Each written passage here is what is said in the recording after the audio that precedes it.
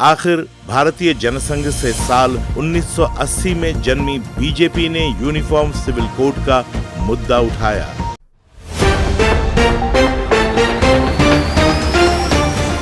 BJP के जन्म से लागू हैं 3 प्रमुख एजेंडे।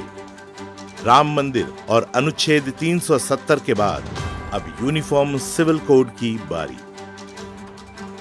साल 1967 में आम चुनाव में भारतीय जनता पार्टी के मूल स्वरूप जनसंघ ने अपने घोषणा पत्र में पहली बार समान नागरिक संहिता यानी यूनिफॉर्म सिविल कोड का खुले तौर पर उल्लेख किया था।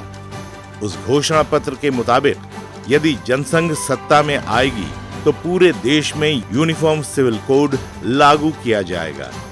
हालांकि उन दिनों देश की जनता में कांग्रेस की लहर थी। ऐसे में जनसंघ के सत्ता में आने की सोचना भी लाजमी नहीं था।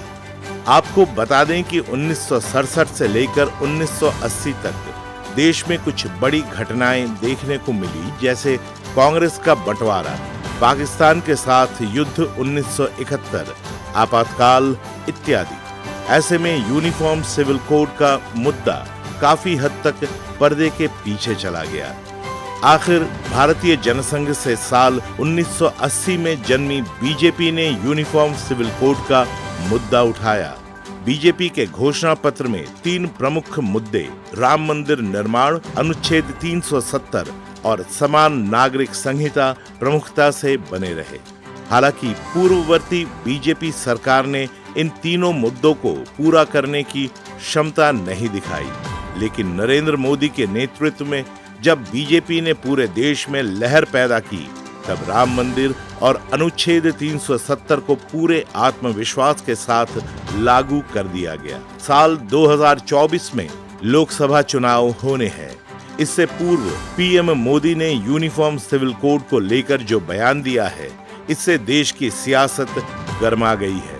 खबरों के मुताबिक संसद के मॉनसून सत्र में मोदी सरकार यूनिफॉर्म सिविल कोड पर चर्चा करेगी। दरअसल भोपाल में आयोजित एक कार्यक्रम के दौरान पीएम मोदी ने यूनिफॉर्म सिविल कोड को लेकर कहा कि एक ही परिवार में 2 लोगों के लिए अलग अलग नियम नहीं हो सकते। ऐसी दोहरी व्यवस्था से घर कैसे चल पाएगा।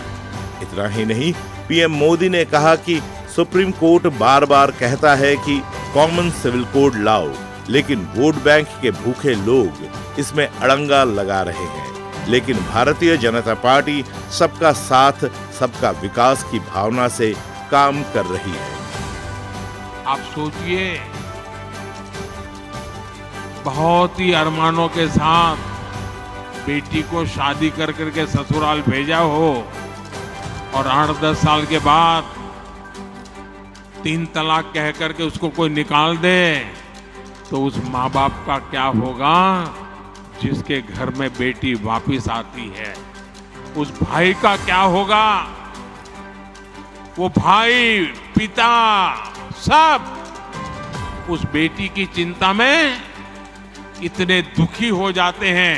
इसलिए 3 तलाक से सिर्फ बेटियों को ही अन्याय होता है इतना नहीं, पूरे परिवार तबाह हो जाते हैं। माता, पिता, भाई सब दुखी हो जाते हैं। यूनिफॉर्म सिविल कोड को लेकर पीएम मोदी द्वारा दिए गए बयान के बाद ज्यादातर विपक्षी पार्टियों का कहना है कि पीएम मोदी लोकसभा चुनाव 2024 से पूर्व जनता का ध्यान बेरोजगारी, महंगाई जैसे मुद्दों से भटकाने के लिए यूसीसी का मुद्दा छेड़ा है। विपक्षी दलों का कहना है कि यूनिफॉर्म सिविल कोड के जरिए बीजेपी देश भर में हिंदू बहुसंख्यकवाद थोपने की कोशिश करेगी। इसके अतिरिक्त विपक्षी दलों का कहना है कि यूनिफॉर्म सिविल कोड के जरिए अल्पसंख्यक समुदायों के धार्मिक स्वतंत्रता का उल्लंघन संभव है। यूनिफॉर्म सिविल कोड का विरोध करने वाली विपक्षी पार्टियों में JDU, Congress, Trinamool Congress, Samajwadi party, RJD, CPIM प्रमुख रूप से शामिल हैं, जबकि आम आदमी पार्टी, शिवसेना, उद्धव ठाकरे गुट, लोकजा नेतृत्व ने यूनिफॉर्म सिविल कोड के पक्ष में बयान दिया है। गौरतलब है कि अनुच्छेद 370 और राम मंदिर निर्माण का मुद्दा पूरा हो चुका है। अब बीजेपी के पारंपरिक मतदाताओं में बेचैनी थी कि आखिर यूनिफॉर्म सिविल कोड कब लागू होगा। इस तरह के और अपडेट्स के लिए कृपया एयर न्यूज चैनल को सब्सक्राइब करें और जब भी कोई नया वीडियो अपलोड हो तो तत्काल सूचना के लिए घंटी आइकन पर क्लिक करना न भूलें। क्या लोकसभा चुनाव 2024 से पूर्व मोदी सरकार यूनिफॉर्म सिविल कोड लागू कर देगी? कमेंट्स करें।